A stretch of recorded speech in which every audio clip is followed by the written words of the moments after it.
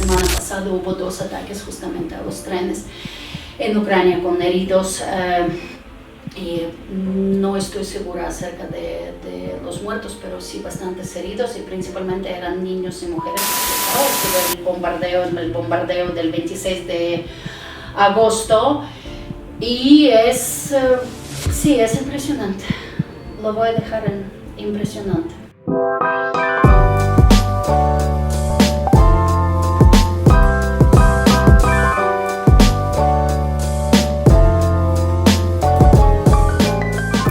¿Qué tal? Pues bienvenidos a este nuevo podcast de la Organización Mundial por la Paz.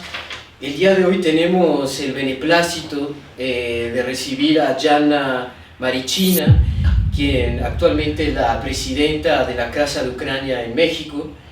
Y pues nada, muchísimas gracias por recibir, por venir aquí. Y pues justo para empezar la entrevista, pues cuéntanos un poco, Jana, qué es la Casa de Ucrania, qué funciones y qué actividades llevan a cabo en México y también cómo fue que llegaste a México, por qué decidiste venir a México. Esa sería como el inicio.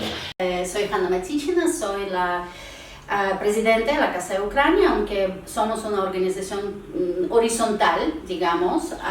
Tenemos a varios ucranianos y no solamente ucranianos dentro de la Casa de Ucrania. Yo personalmente llevo más de 20 años acá en México, ya es prácticamente toda una vida, así que decir vine solamente por una razón sería como incorrecto, sería mucho más difícil, es mucho más complejo, porque reitero, ya es prácticamente toda una vida, ¿no? Tengo una hija, soy madre de Ana María, ya mi hija también ya es grande, entonces también trabajo aquí, hago un mundo de cosas y sí, prácticamente mi vida ya está en México, hecha en México. Sin embargo, realmente soy ucraniana, antes que cualquier cosa, es mi única nacionalidad, no me naturalicé en México, por si acaso. Probablemente ahora que tenemos ya posibilidad de nacionalidad doble, será una opción. La Casa de Ucrania. La Casa de Ucrania realmente es una organización que se dedica a promover la cultura ucraniana, promover a Ucrania, la idea de Ucrania, porque obviamente poco antes de la guerra lo único que sabían de Ucrania era Chernobyl, a lo mejor Borscht, y creo que le paramos de contar ahí, ¿no? Después, bueno, empezó la guerra y el interés hacia Ucrania sí, se detonó, desde luego, y para nosotros la idea es presentar a Ucrania más allá de la guerra, que obviamente la guerra como tal es algo que nos duele a todos, ¿no? Las noticias es algo que las noticias de Ucrania, por supuesto que desplazaron las noticias de México para nosotros, desplazaron las noticias de cualquier otro país, porque lo primero que hacemos todos nosotros al levantar es tomar el teléfono y empezar a ver las noticias, ver si está bien la familia. Yo creo que ya es una rutina de 24/7 que tenemos, ¿no? Pero la idea de la Casa de Ucrania, volviendo a eso, es mostrar qué es lo que somos, ¿no?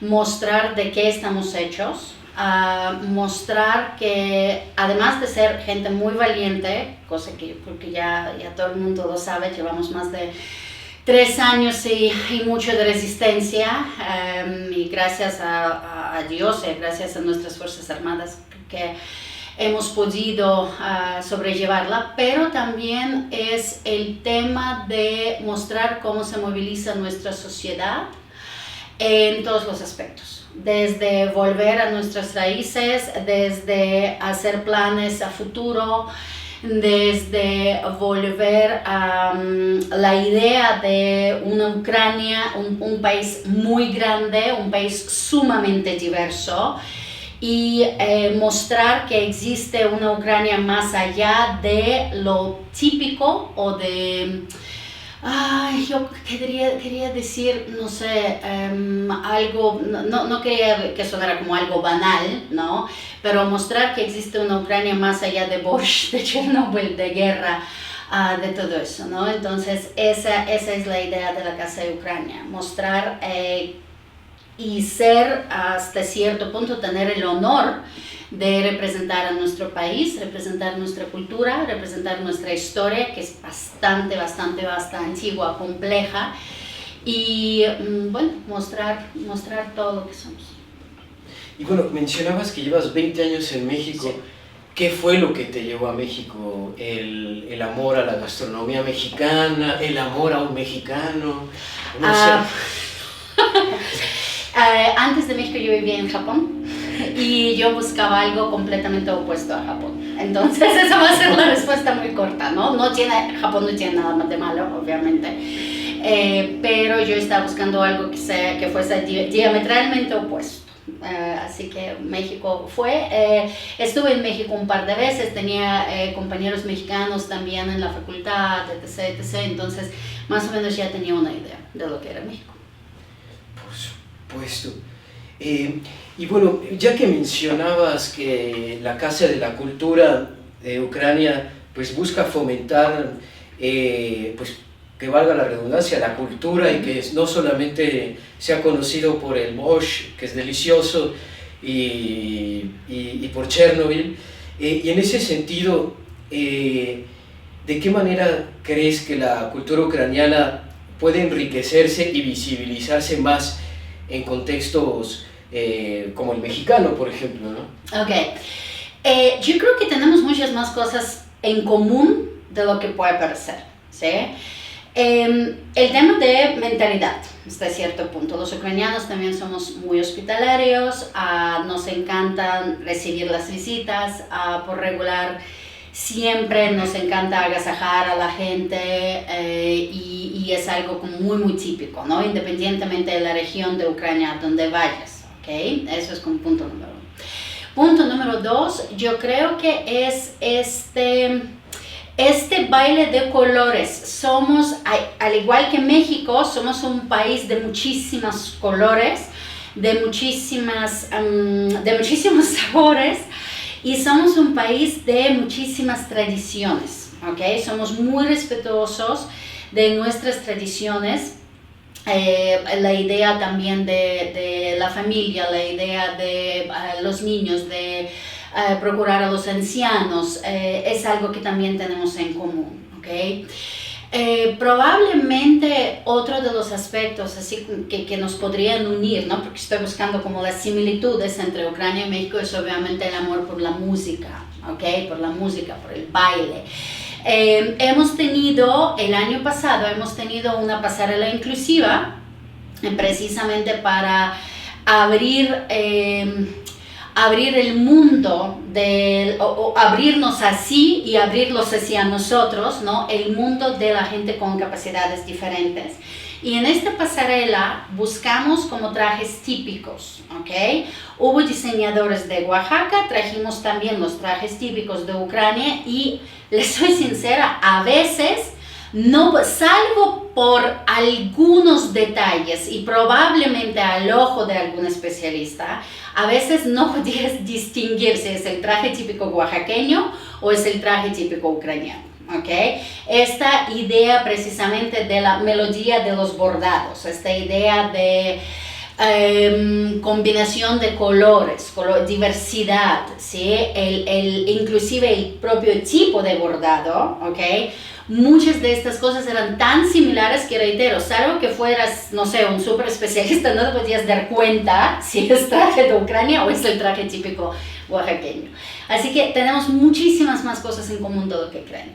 Ahí, así. Es difícil porque, reitero, no somos tan diferentes como puede parecer, ¿eh? El español, la melodía del español no es muy distinta a la melodía, y es un tema lingüístico. Esta melodía del idioma no es tan distinto de melodía del ucraniano, salvo, claro, sonidos y todo eso, pues no vamos a ir al tema fonética, fonología, pero la melodía del idioma, por ejemplo, al oído de una persona que no habla ninguno de los dos, muy probablemente le sea como un poco más difícil distinguir, ¿no? Esta palabra es de español, esta palabra es de ucraniano, aunque obviamente las raíces son completamente distintas, no es lengua eslava contra lengua romana, ¿no? Yo creo que más allá de, no sé, algunos hábitos gastronómicos, más allá de algunos temas muy peculiares, ¿no?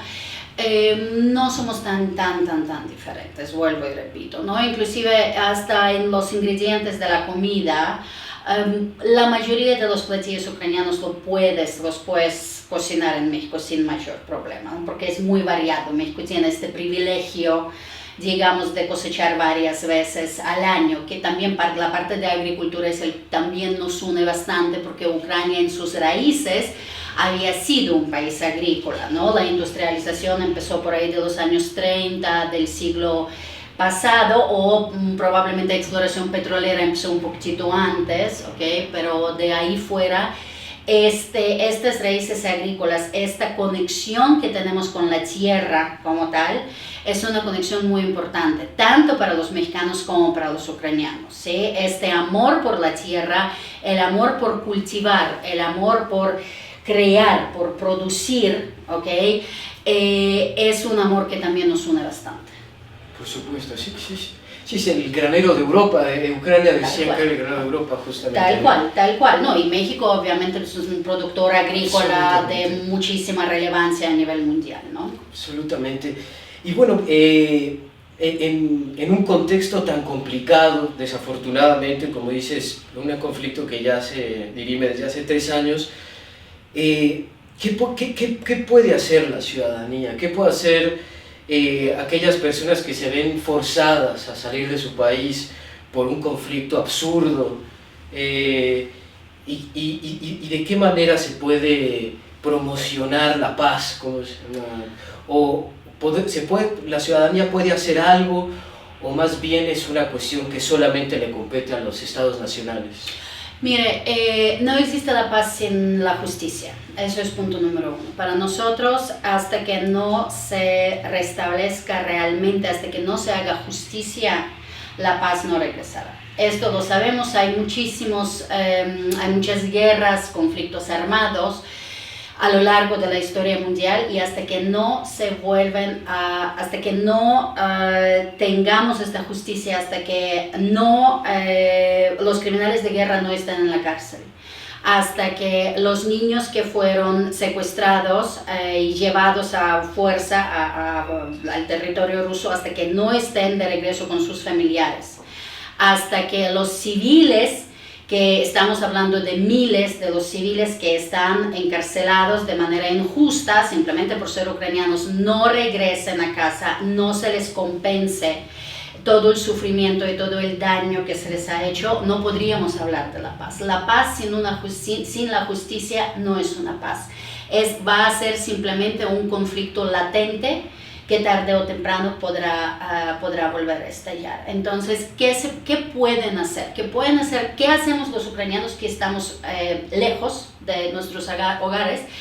Obviamente es colaborar, apoyar las iniciativas, reconstruir los centros educativos que han sido destruidos, apoyar a la niñez ucraniana, apoyar a los adultos mayores, apoyar a los grupos vulnerables, apoyar a las personas que han perdido sus extremidades, porque es un tema también muy importante, porque muchas veces dicen, no, es que es combatiente, por decir algo, ¿no? Porque muchas veces lo escucho.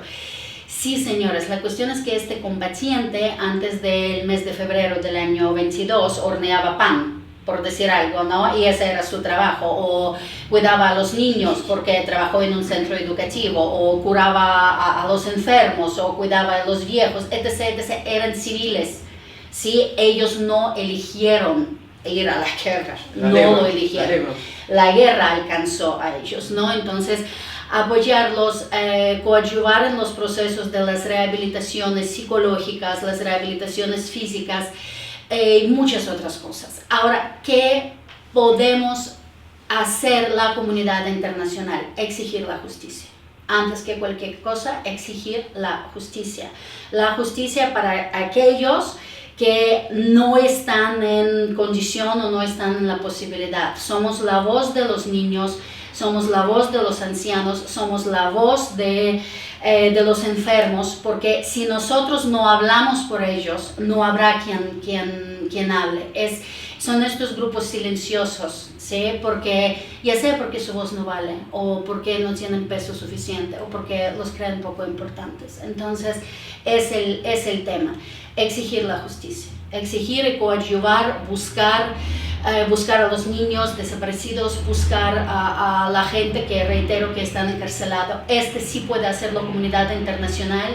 No se trata de armas, no se trata de cosas que obviamente pueden no ir muy con la idea de una paz, ¿no? Como tal, pero exigir una paz justa. Una paz justa, eso es lo que sí podemos hacer como la comunidad internacional, y puedes no ser ucraniano, pero yo creo que la justicia, ya sea en Ucrania, en México, en cualquier otra parte del mundo, la justicia es universal, es un concepto universal.